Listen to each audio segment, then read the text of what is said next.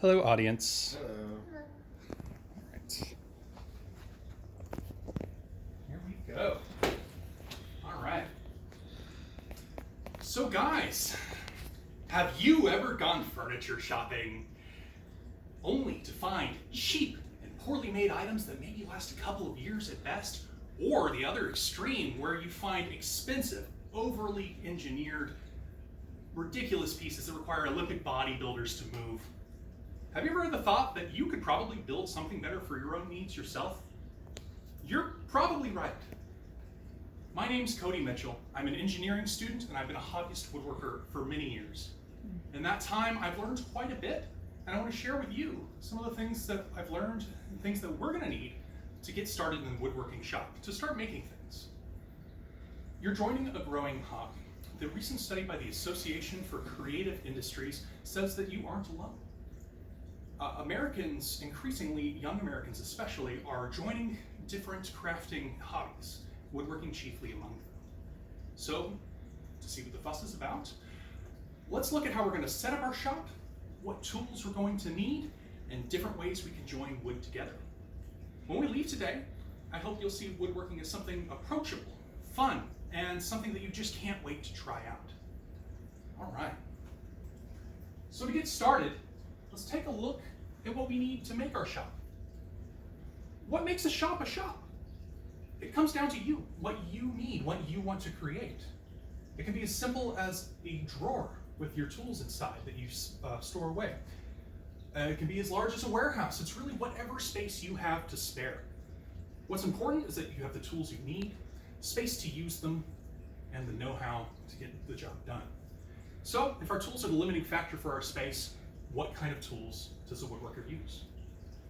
There are a variety of ways to divide and join wood, so let's take a look at some of our options. Historically, woodworkers used a variety of tools that were all powered by elbow grease. A 1966 Smithsonian bulletin shows that many of the early American tools were iron or steel, simple machines that sometimes required great strength to use effectively. These tools are still in use today, and many traditional woodworkers swear by them.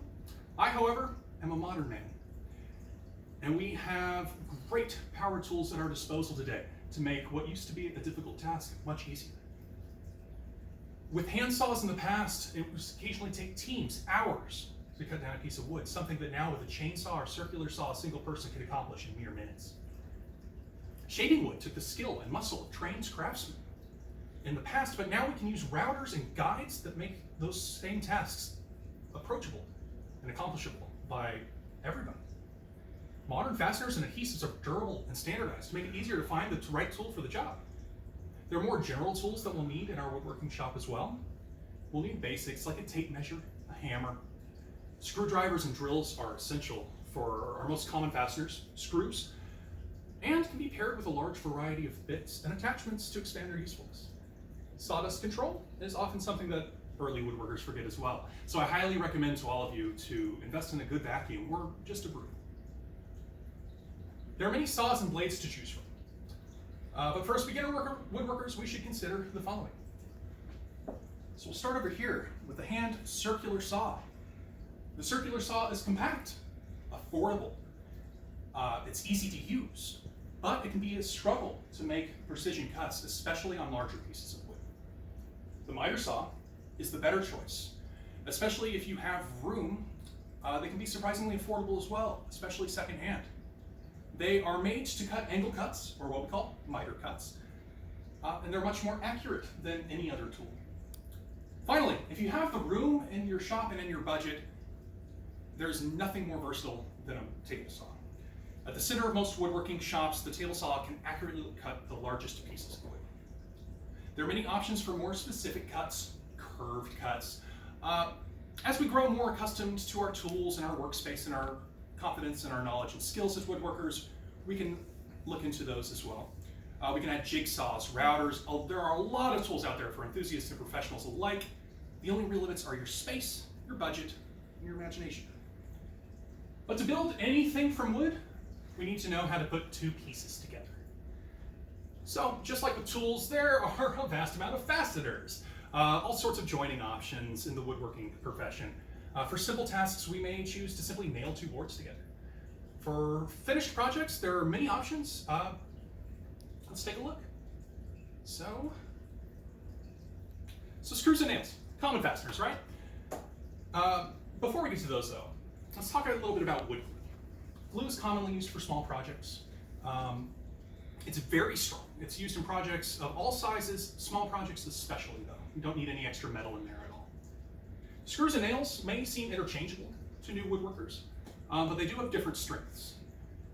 According to Popular Mechanics magazine, the domination of nails and screws has tilted back and forth over the history of the profession. But now today, with modern technology, they're both great options. Nails are a simple joining solution and are preferred in construction. With powered hammers and nail guns, there's no faster option. Finishing nails are often chosen if nails are going to be seen as part of the finished product. Screws are probably the most common and secure form of fasteners for most medium-sized projects. They're what I find myself personally using the most often. They're easy to use, they have very high tensile strength, and they can hold wood together very well. Be aware though that we're going to need to drill guide holes for any screws that we do to avoid risking splitting the wood. Joints are much more exciting. Joints are strong, they're an attractive way to join two edges. When used with glue, the increased surface area makes an incredibly strong bond. Box joints are the most basic and can easily be accomplished with a table saw, making it a great challenge for beginner woodworkers. Rabbet joints are a little different, but they're another fantastic way to increase the surface area for a glue up, and they can make beautiful corners. Dovetail joints are more advanced, but they are gorgeous. And they have all the strengths of the box joint. Really, nothing comes more for great woodworkers than to be able to accomplish a fantastic dovetail joint. So hopefully today I've demystified woodworking for you a little bit, and that you can't wait to get into the shop and try cutting up some wood yourself. With proper knowledge of wood joining and what tools we use and what they do, you'll have little trouble in the shop, be able to be creative and have some fun. So, brush off the old toolbox, grab whatever wood you can find, and get your mind going. With a little bit of know-how and a bit of practice, you'll find yourself at home in the shop. Thank you, everybody. Yay.